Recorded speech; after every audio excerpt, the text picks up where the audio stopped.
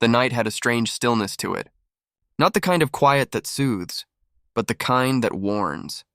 The moon hung low over Crestwood Lake, half hidden behind clouds that looked heavy enough to fall. Daniel stood alone on his porch, hands resting on the cold wooden railing, eyes locked on the tree line beyond the dark water. He could see them again, tiny red dots blinking in the distance.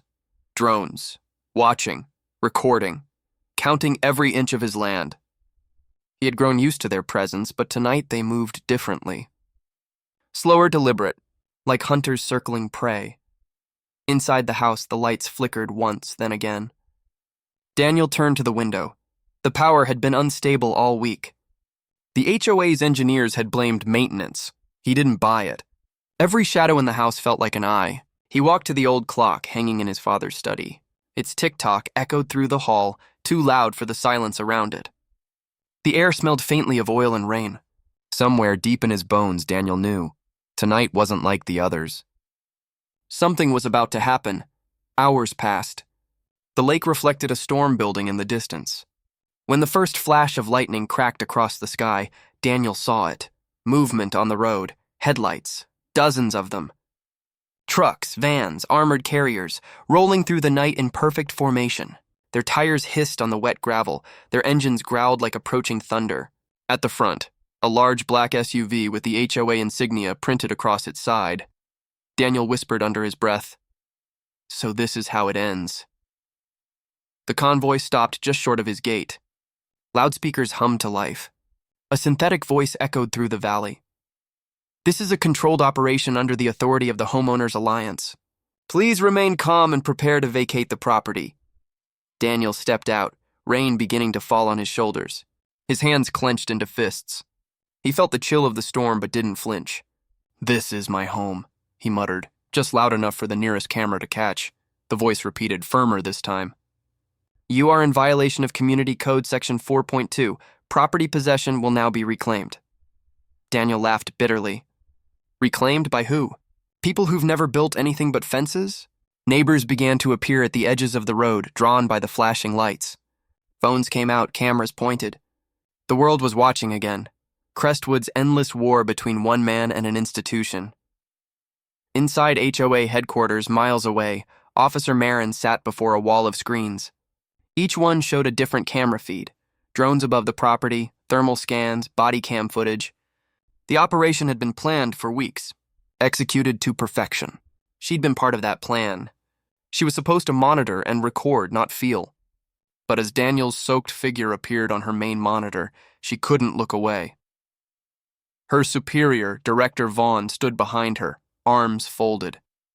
"End this quietly," he said.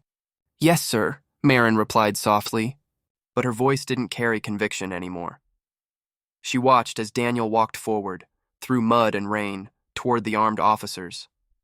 "No weapon, no backup, just defiance. Do you even hear yourselves?" Daniel shouted. "You send soldiers for a man who plants trees." The loudspeaker answered with silence. Then came the order, "Advance."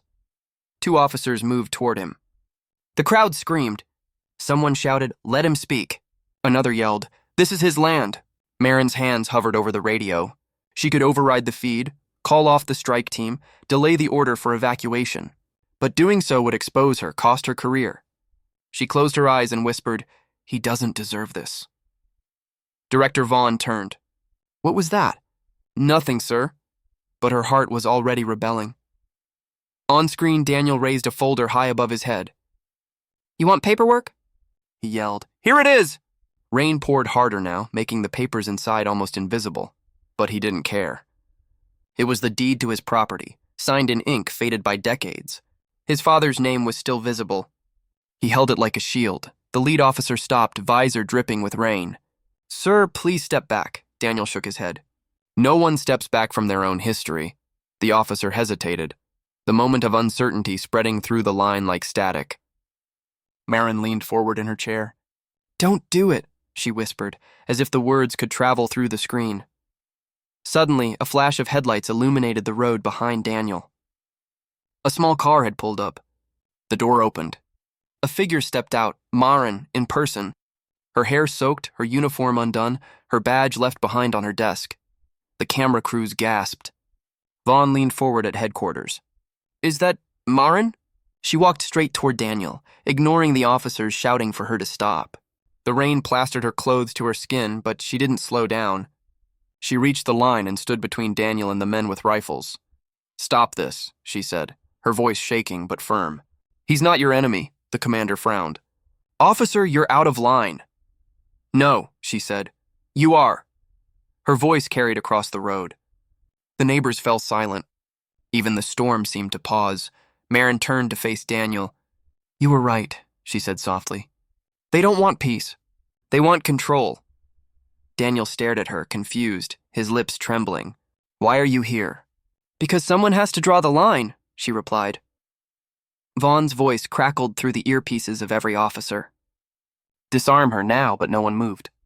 They looked at her, a woman once feared in uniform, now standing against the machine she had served. Maren raised her hand slowly. You cross this line, she said. You destroy more than a house. You destroy what's left of justice.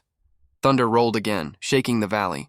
The red flags marking the property fluttered violently in the wind. The officers exchanged nervous glances. One by one, rifles lowered.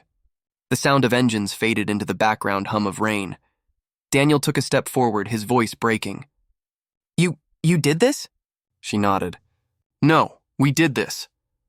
And then it was over. Quietly, like a storm passing without lightning. The drones hovered for a moment, then turned away. The convoy reversed slowly, headlights vanishing into the mist. Daniel and Maren stood alone in the rain, surrounded by silence. She looked at him. You still think you're fighting alone? He smiled faintly. Maybe not anymore.